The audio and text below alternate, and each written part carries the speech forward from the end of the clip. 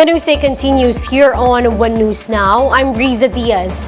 The Social Welfare Department is reminding those who want to avail of educational assistance to register online first before heading out to field offices. The DSWD said applicants must register via a QR code to avoid crowding on the ground. It added that the agency will send out text messages with the date and time of their appointment. This came after chaos ensued at the DSWD office during the first day of the aid distribution on Saturday. Now, under the program, indigent students may get between 1,000 and 4,000 pesos in educational assistance. The payout will run every Saturday until September 24. With just 2 days before the reopening of classes, some parents are having a hard time to stick on a budget as prices of school supplies increase. Brian Castillo with the report. Last-minute shoppers flock to Divisoria to buy cheaper school supplies.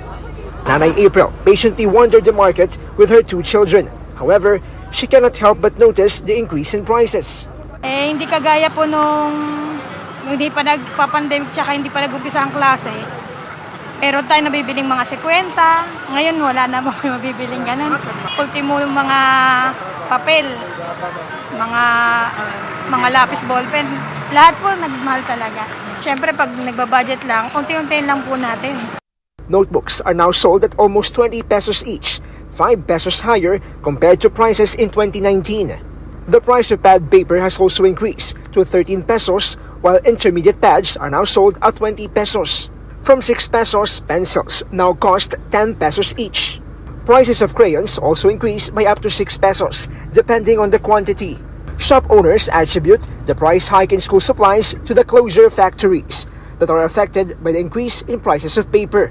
Maraming hindi gumawa ng factory at saka out of stock talaga. Nahirapan kami kung saan namin kinukuha yung mga kalakal namin. Vendors in Divisoria say they will still offer discounts, especially to shoppers who will buy in wholesale. But some parents are still having a hard time creating a budget.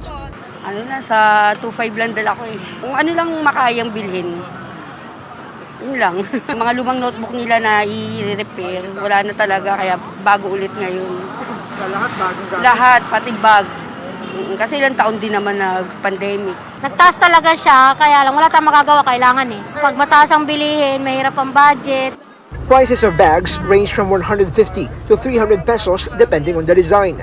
While school uniforms are not required, many continue to buy them despite the 40 pesos price increase.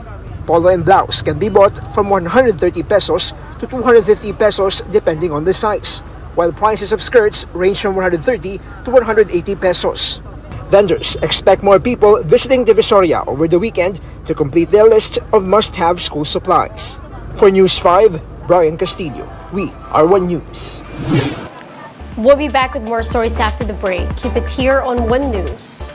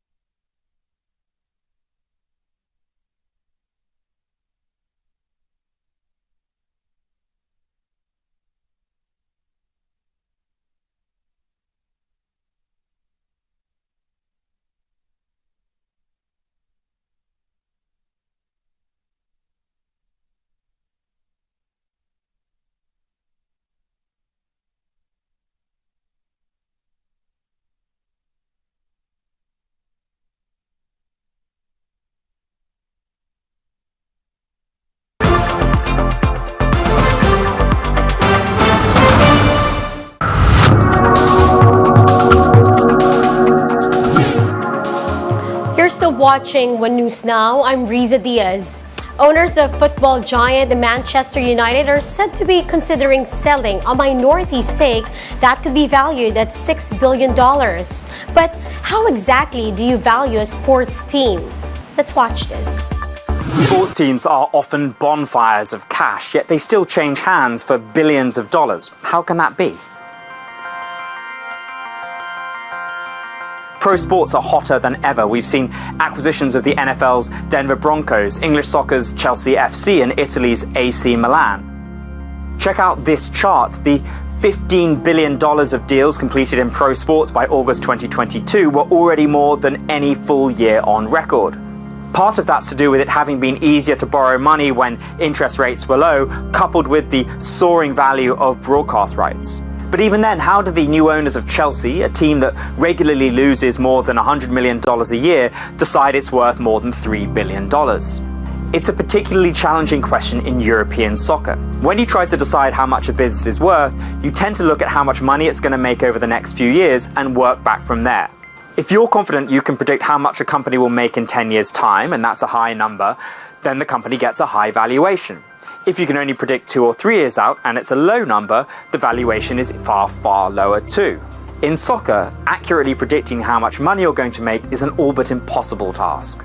Get relegated to a lower division or fail to qualify for the lucrative Champions League and you might take a $100 million hit to your annual revenue. Sell a star player and you might get a one-off $100 million boost to your revenue. Just look at how annual sales have shaped up at the Italian giant Juventus over the past decade. It's a veritable roller coaster. NFL teams, in stark contrast, enjoy far more stable, predictable earnings. The league shares merchandising and broadcasting revenue pretty evenly across the league, so the teams have good visibility on how much money they're going to receive. At the same time, there's a salary cap, so they've also got a good sense of how much money they're going to spend. That's why NFL teams get such high valuations. Soccer teams are trickier, but there is a solution of sorts. It's known as the Markham multivariate model, named after this guy, Tom Markham, who developed it a decade ago as a PhD student. It's a kind of complicated equation that looks like this. It starts by looking at the value of the club's assets, its playing squad, its stadium and other facilities, and how much money it's able to generate from those assets. But it then adds in a few other variables that help gauge how well run the club is and how popular it is. By looking at what percentage of the stadium is filled in an average game, you can get a sense of how well the club is managing to attract fans. A higher percentage means it's more popular and perhaps better run, therefore it generates a higher valuation. The percentage wage ratio, meanwhile, looks at how much of the club's income is used to pay the playing squad. A higher percentage means the club may not be run very efficiently, so its earnings may not be as sustainable, and therefore generates a lower valuation. Is this a perfect solution? No. But it is a formula that a lot of would-be sports team owners use. Ultimately, the answer to the question, what is a sports team worth, is, well, whatever somebody is willing to pay for it. But in order to get to that number, you need a starting point. And that's what the model provides. Let's now take a quick look at today's other top stories. Malacanang says President Bongbong Marcos is set to travel to Indonesia and Singapore for state visits in September.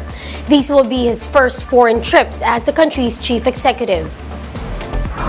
Registered births, marriages, and deaths decreased in the first 4 months of 2022.